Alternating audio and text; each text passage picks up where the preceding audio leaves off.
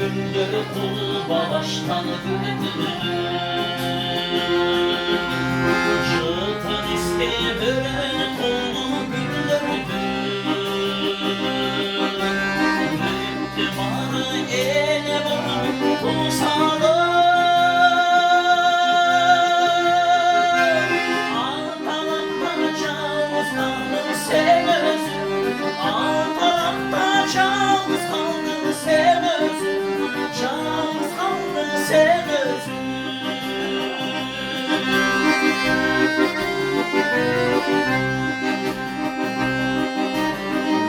Tücaşlığımız gücünü işledi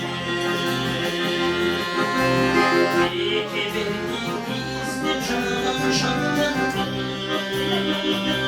Kuruluş bilip gezekte caş oldu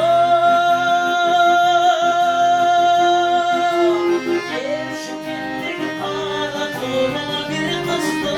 Süyüp gittin karakolu bir kızdı Karakolu bir kızdı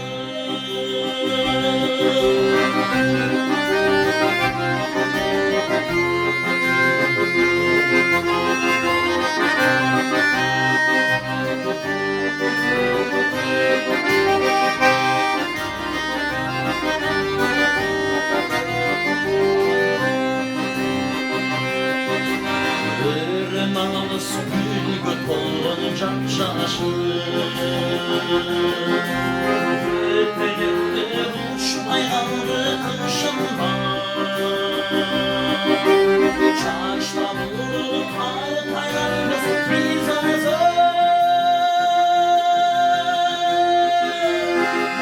Mahvoluk tanrı degen uşulay